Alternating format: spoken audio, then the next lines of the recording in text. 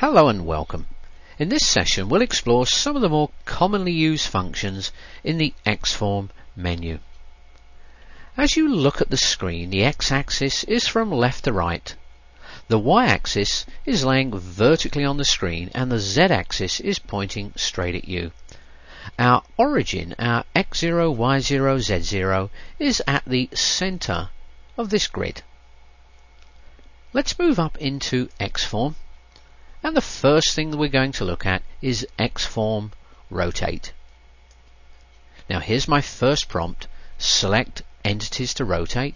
What I'm going to do is select this small circle.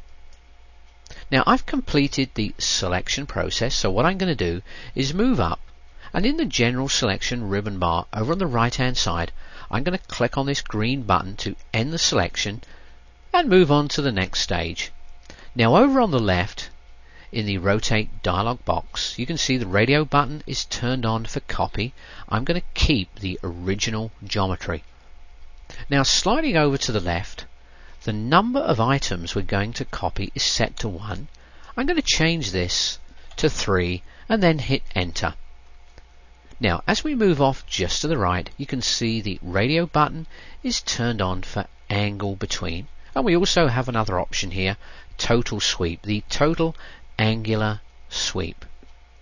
Now I'm just going to slide on down and click in this white space and input 90 degrees. This is our angle between, positive 90, and then hit enter. Now as my preview is turned on, you can see the result of this rotate operation. We have 3 items and the angle between is 90 degrees.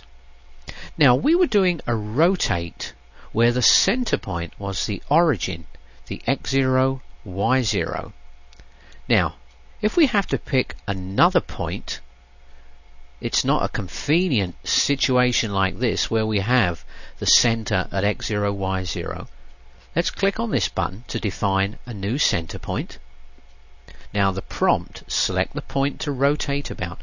As I move to the center of this arc, you can see there is a visual cue there that I'm going to snap to the center of this arc. So I'm going to pick it. Everything's good here. I'm going to move on down to the bottom of this dialog box and hit the green check mark for OK. I'm just going to slide up now to the toolbar icon for clear colors and hit it. Now before we move back into Xform, what I'm going to do is undo this rotate operation. Now let's go into Xform, and the next thing that we're going to check out is Xform Mirror. Now my first prompt is select entities to mirror. I'm going to pick this small circle, and that's it. To move on to the next stage, I'm going to move up to the right and click on the green button for end selection. Now what I'd like to do is mirror this small circle about the x-axis. Now moving up to the top of the mirror dialog box, the radio button is turned on for copy, so we're going to keep our original geometry, and what I'd like to do is mirror about the x-axis. So I'm going to turn this radio button on. Now just below, some of the other options are to mirror about the y-axis. Down below we can mirror about an angular axis. We can also select a line in the graphics window to mirror about, and at the very bottom we can mirror about 2 points. Now as my preview is turned on, you can see the result of this mirror operation, and everything looks good here. I'm going to go over back to the mirror dialog box and click on OK. Now before we move on to the next function, I'm going to hit undo. Let's go into Xform, and this time I'm going to select Xform Scale.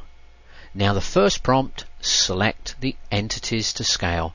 What I'm going to do is draw a window around these entities. So I'm going to pick a point and drag to the right and down and then pick. And as you can see, I've selected these 2 entities.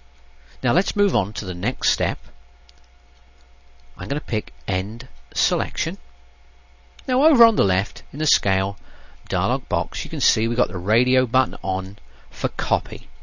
To keep our original geometry. But what I'm going to do is slide off to the left and turn on move. I'm going to delete the original geometry. Now as we move down, we've got the number of items set to 1. I'm going to leave that as is, and down below in the scale factor we've got it set to 1. What I'm going to do is change it from 1 to 0.5 half scale and then hit enter. Now our preview is turned on, and on the right in the graphics window we've scaled down our geometry. I'm done here. I'm going to pick OK. I'm also going to move up and pick undo. Let's go back into Xform, and this time right at the very top we're going to check out Xform Translate.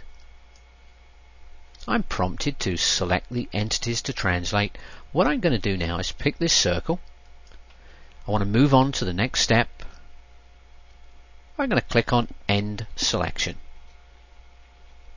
Now over on the left, copy is turned on, so I'm going to leave that as is.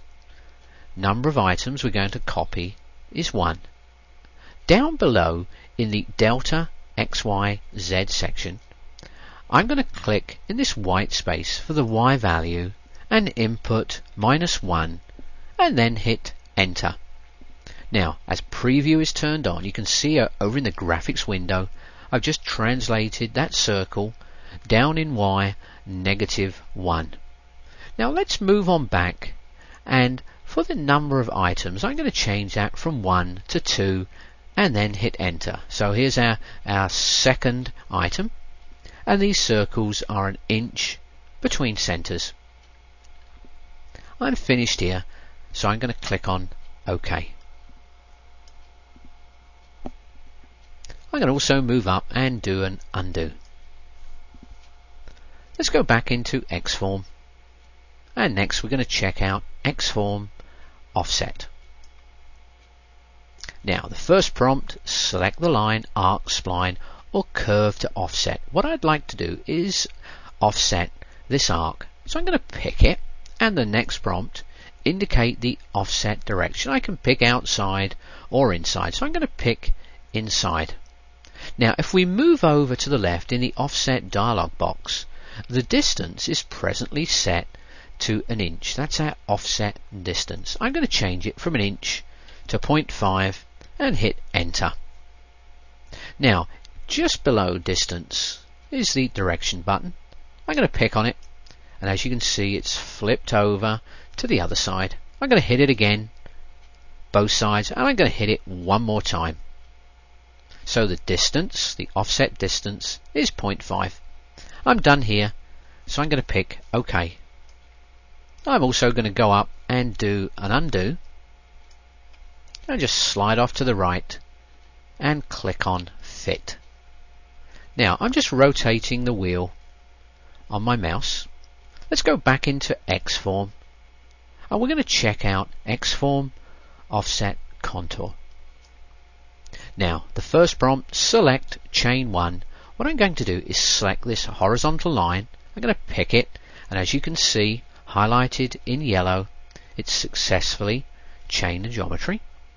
I'm finished here, so I'm going to move over to the left. At the bottom of the chaining dialog box, I'm going to pick on OK. Now at the very top we have the radio button turned on for copy. I'm going to leave that as is. As we slide over to the left, the number of items we're going to copy is set to 1. Now down in distance it's set to 0.5.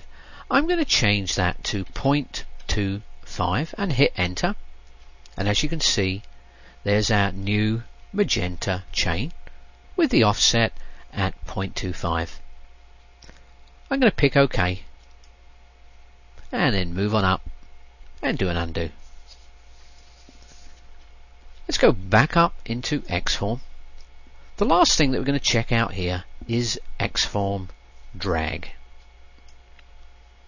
Now I'm prompted, select entities to drag. Well, what I'm going to do is move on up and open up this drop down and pick window, and if I just slide to the left and open up this drop down, I'm going to pick in plus. Now Window In Plus selects entities that lie completely inside and entities that intersect the window. So what I'm going to do is draw a window starting here and then moving on down to the right and pick a point here. And as you can see, it's picked these entities highlighted in yellow. Now to move on to the next stage, I'm going to click on End Selection. Now on this ribbon bar, the first thing I'm going to do is turn on Stretch. I'm going to slide over to the left, and I'm also going to turn on Move. Select the starting point. So what I'm going to do is move on down and pick a point here, and then pick another point over here. Now I'm done here. I'm going to pick on OK in the ribbon bar, and we've stretched those entities. Now let me undo this operation, and let's go back into Xform and do another Xform drag. Now I'm prompted to select these entities, so I'm going to draw a window just like I did before. Now to move on to the next stage, I'm going to hit End Selection. Again, I'm prompted to select the starting point, so I'm going to move on down and pick the same point as I did before. And for this next point, what I'm going to do is move up to the ribbon bar, click in the X value and type in 2. I'm going to hit the tab to move on over. I'm going to input 0. I'm going to hit tab again and then hit enter. And what I've done is stretched these entities 2 inches in the X. Now I'm done here. I'm going to move up to the ribbon bar and pick OK. And that completes our tour of Xform.